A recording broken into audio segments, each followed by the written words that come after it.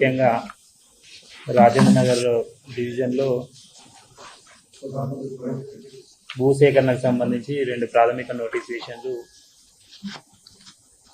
Gandipet and Rajendra Nagar మండలంలో ఇవ్వడం జరిగింది. ముఖ్యంగా గండిపేట మండలంలో కిస్మత్పూర్ విలేజ్ అండ్ దర్గా ఖలీజ్ఖాన్ గ్రామాలలో భూసేకరణ చేయడానికి ప్రాథమిక నోటిఫికేషన్ ఇవ్వడం జరిగింది. దాంట్లో దర్గా ఖలీజ్ఖాన్లో 24 ఎకరాల 38 గుంటలు, కిస్మత్పూర్లో 19 ఎకరాల 10 గుంటలకు సంబంధించి మనం ప్రాథమిక నోటిఫికేషన్ ఇవ్వడం జరిగింది. అయితే ఈ 2 గ్రామాలకు సంబంధించి ఏదైతే మనకి రిక్వియేషన్ MRDCL నుంచి రావడం జరిగిందో దానికి సంబంధించి చూసినప్పుడు ఈ 2 గ్రామాలలో నోటిఫై చేసిన ఏరియా అంతా కూడా బండు కింద 500 మీటర్స్ లోపల ఉన్న ఏరియాకి సంబంధించిన ప్లేస్ అది. So as per existing rules ప్రకారము బండి కింద 500 మీటర్ల లోపు కన్స్ట్రక్షన్స్ ప్రొహిబిటెడ్ ఏరియా అది. భవిష్యత్తులో కానీ ఇప్పుడున్న రూల్స్ ప్రకారం కానీ అక్కడ ఎలాంటి నిర్మాణాలు చేయడానికి అవకాశం లేదు. సో ఇటువంటి భూమిని భూసేకరణ చేసి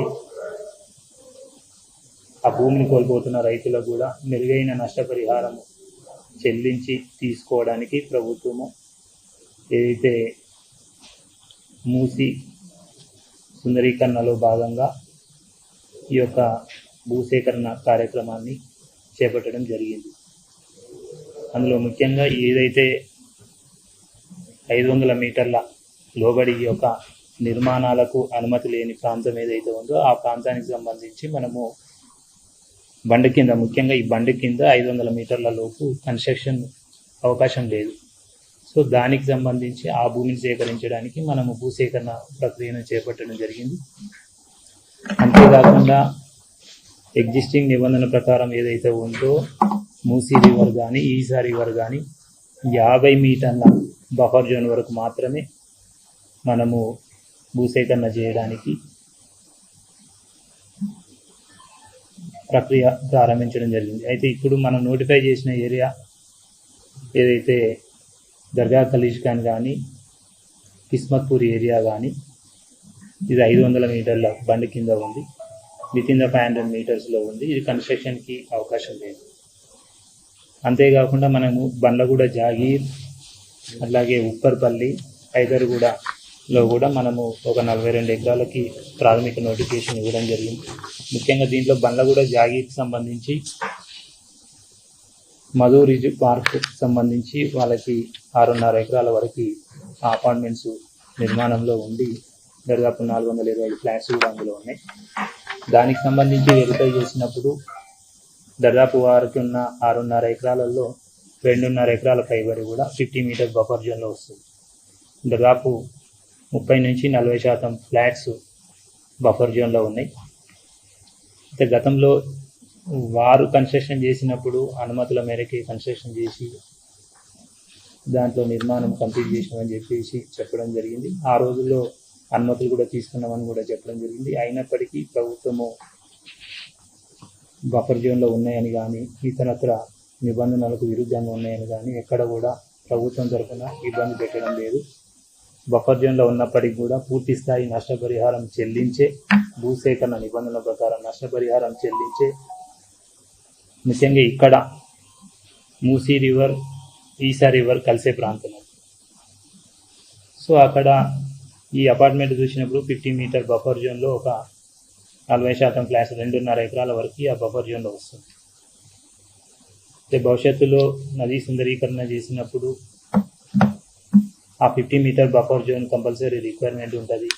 మిగతా వాళ్ళ ప్లేస్ ఏదైతే ఉందో కన్స్ట్రక్షన్స్ ఉన్నాయి కాబట్టి వారికి ఇబ్బంది లేకుండా ఆ 50 మీటర్ బఫర్ జోన్తో పాటు మిగతాది కూడా భూసేకరణ చేసి మార్కెట్ రేట్ ప్రకారం, మెరుగైన మార్కెట్ రేట్ ప్రకారం చెల్లించి, ముఖ్యంగా వారి ఆమోదిత మేరకే వాళ్ళతో నెగోషియేట్ చేసి ఆ యొక్క నష్టపరిహారము చెల్లించి తీసుకోవాలనేది ప్రభుత్వ ప్రధాన ఉద్దేశం. కొన్ని చోట్ల చూసాము, ఇమీడియట్ కాల్ చేయించమని చెప్పేసి రకరకాల నోటీసులు ఇచ్చామని చెప్పేసి రావడం జరుగుతుంది. భూసేకరణ ప్రక్రియలో ఎప్పుడు కూడా ఇమీడియట్ కాల్ చేయించడం అని కానీ ఇండివిజువల్ నోటీసులు ఇవ్వడం కానీ జరగదు. ప్రక్రియ ప్రారంభం మాత్రమే అయ్యింది. దాన్ని దశల వారీగా గ్రామ సభలు ఉంటాయి. ఆ తర్వాత ఇండివిజువల్గా దాన్ని సర్వే చేయడం జరుగుతుంది. సర్వే చేసిన తర్వాత అసలైన ఓనర్లు ఎవరు అనే వివరాలు కూడా సేకరించడం జరుగుతుంది. సేకరించిన తర్వాత ల్యాండ్ ఎక్విజిషన్లో భాగంగా నెగోషియేషన్స్ చేసి ఎవరైతే ఓనర్ ఉన్నారో ఆ ఓనర్కి భూసేకరణ అధికారులకు మధ్య ప్రభుత్వానికి మధ్య నెగోషియేషన్స్ చేసిన తర్వాత నష్టపరిహారము చెల్లించిన తర్వాత పూర్తి స్థాయిలో ల్యాండ్ ఎక్విజిషన్ ప్రక్రియ కంప్లీట్ అయిన తర్వాతనే మనము ఏదైనా వికేట్ చేయించడానికి అవకాశం ఉంటుంది. కాబట్టి ఇక్కడ భూసేకరణ నిబంధనల ప్రకారము ఈ యొక్క భూసేకరణ విషయాన్ని ఈరోజు ముఖ్యంగా ఏదైతే మధు పార్క్ రిడ్జ్ అపార్ట్మెంట్ ఏదైతే ఉందో వారి ప్రతినిధులు కూడా ఈరోజు రావడం జరిగింది.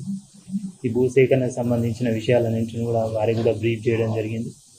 ముఖ్యంగా వారికి సంబంధించి ఏదైతే ఏ బ్లాక్ బి బ్లాక్ సంబంధించిన ప్రతినిధులు ఎవరైతే ఉన్నారో వారి నుంచి వారికి మెరుగైన పరిహారం చెల్లించాలని చెప్పేసి వారు కూడా కోరడం జరుగుతుంది. వారు ఈరోజు కలిసిన విషయాన్ని కూడా వాళ్ళ రెసిడెన్సీ అందరూ కూడా జనరల్ బాడీ మీటింగ్ పెట్టుకొని ఈరోజు జరిగిన విషయాలన్నింటినీ కూడా వారికి కూడా బ్రీఫ్ చేసి వారు కూడా గ్రామ సభ పెట్టమని కోరడం జరుగుతూ ఉంది.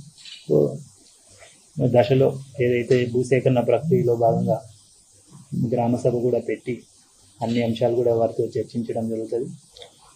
ముఖ్యంగా ఎక్కడ కూడా మూసీకి సంబంధించి 50 మీటర్ల బఫర్ జోన్ వరకు మాత్రమే తీసుకోవడం జరుగుతుంది. అది కూడా కన్స్ట్రక్షన్స్ ఒకవేళ ఉంటే కన్స్ట్రక్షన్స్ సంబంధించిన నష్టపరిహారం చెల్లించిన తర్వాత మాత్రమే మనము భూసేకరణ భూమి తీసుకోవడం జరుగుతుంది. కాబట్టి 1 కిలోమీటర్ దూరం కానీ లేకపోతే భూసేకరణ 50 మీటర్ల అవతల నివాస గృహాలు ఉన్నాయని చెప్పేసి తీసుకోవడం జరగదు. 50 మీటర్ల బఫర్ జోన్ వరకు మనము తీసుకోవడం జరుగుతుంది. దానిలో భాగంగా భూసేకరణ నిబంధనల ప్రకారం జరిపి భూమి తీసుకోవడం జరుగుతుంది.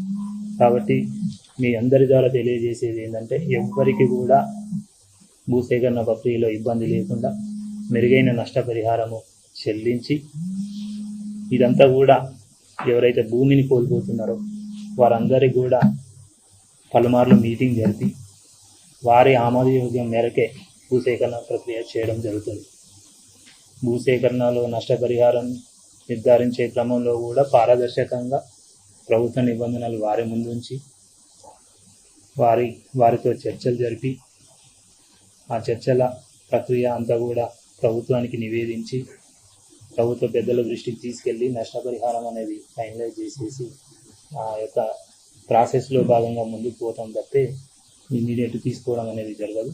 కాబట్టి దయచేసి మీ అందరి ద్వారా కోరేది ఏంటంటే మూసి ఏదైతే సుందరీకరణలో భాగంగా ముఖ్యంగా ఈ యొక్క ప్రాసెస్కు ఒక పాజిటివ్ ధోరణిలో ముందుకు వెళ్ళి ఎవరైతే భూసేకరణలో భూమి కోల్పోతున్నారో వారికి కూడా మనందరి తరఫున నచ్చజెప్పి వారికి కూడా నష్టం లేకుండా ముందుకు పోవాలన్నది ప్రభుత్వ ప్రధాన ఉద్దేశం. కాబట్టి ఈ సందర్భంగా మిమ్మల్ని కోరేది ఏంటంటే ఒక పాజిటివ్ భూసేకరణ విషయంలో ఇతరత్ర ఎవరు చెప్పినా కూడా భూసేకరణ అధికారిగా మా యొక్క అభిప్రాయాలను తీసుకొని ఈ విషయంలో ప్రజలకు కూడా తెలియజేయాల్సిందిగా ఈ సందర్భంగా మేము కోరడం జరుగుతూ ఉంది. కాబట్టి ప్రాథమిక నోటిఫికేషన్ తర్వాత భూసేకరణలో భాగంగా ఎంజాయ్మెంట్ సర్వే చేస్తాం. ఎంజాయ్మెంట్ సర్వే చేసినప్పుడు ఎవరిది భూమి పోతుంది, ఎంతెంత పోతుంది, ఆ భూమిలో ఏమన్నా నిర్మాణాలు ఉన్నాయా, ఆ భూమిలో ఏమన్నా ఇండ్లు ఉన్నాయా, ఆ భూమిలో ఇతరత్ర కన్స్ట్రక్షన్స్ కానీ చెట్లు కానీ బోర్వెల్స్ కానీ ఇవన్నీ కూడా సేకరించి వీటన్నిటి కూడా నష్టపరిహారం చెల్లించాల్సి వస్తుంది. కాబట్టి ఇవన్నీ కూడా క్యాలిక్యులేట్ చేసి ఫైనల్గా అమౌంట్ నిర్ధారిస్తాం. సో ఆ ప్రాసెస్లో భాగంగా ముందుకు పోతూ ఉంటాం. కాబట్టి దయచేసి ఈ యొక్క భూసేకరణ ప్రక్రియలో ఒక పాజిటివ్ అంశాన్ని ప్రజల ముందు ఉంచాలని కూడా కోరుకుంటూ ఎక్కడ కూడా మనము 50 మీటర్ల దాటిపోవట్లేదు. ఎక్కడైతే కన్ఫ్లుయెన్స్ పాయింట్ ఎక్కడైతే మూసి ఈసారి రివర్ ఎక్కడైతే కలిసే ప్రాంతాలు ఉన్నాయో అక్కడ కొంచెం 50 మీటర్లు దాటి దానికి పక్కన ఉన్న దాన్ని కూడా నోటిఫై చేయడం జరిగింది. అది కూడా ఖాళీ ప్లేస్ నోటిఫై చేయడం జరిగింది. అందులో భాగంగా తప్పితే ఎక్కడ కూడా మనము ప్లస్ ఇక్కడ 500 మీటర్లు బండి కింద ఉంది కాబట్టి అక్కడ నిర్మాణాలకు అవకాశం లేదు కాబట్టి దాన్ని నోటిఫై చేసి సో సో ఈ రకంగా ప్రాథమిక నోటిఫికేషన్ ఇచ్చిన తర్వాత 60 రోజుల్లోపు ఆ యొక్క నోటిఫికేషన్ మీద అభ్యంతరాలు ఉంటే కూడా సబ్మిట్ చేయమని చెప్పడం జరిగింది. ఆ యొక్క నోటిఫికేషన్ వివరాలు కూడా ప్రజల ముందు ఉంచడం జరిగింది. దాంట్లో కూడా కొన్ని అభ్యంతరాలు కూడా స్వీకరణ చేయడం జరుగుతూ ఉంది. దాన్ని ప్రాసెస్లో భాగంగా మేము డిస్పోజల్ చేస్తూ ఫర్దర్ ప్రాసెస్ తీసుకెళ్తాం, మెరుగైన నష్టపరిహారం చెల్లిస్తాం. అసలైన తొలి వెలుగు. ఫాలో వాట్సాప్ @తొలి వెలుగు official.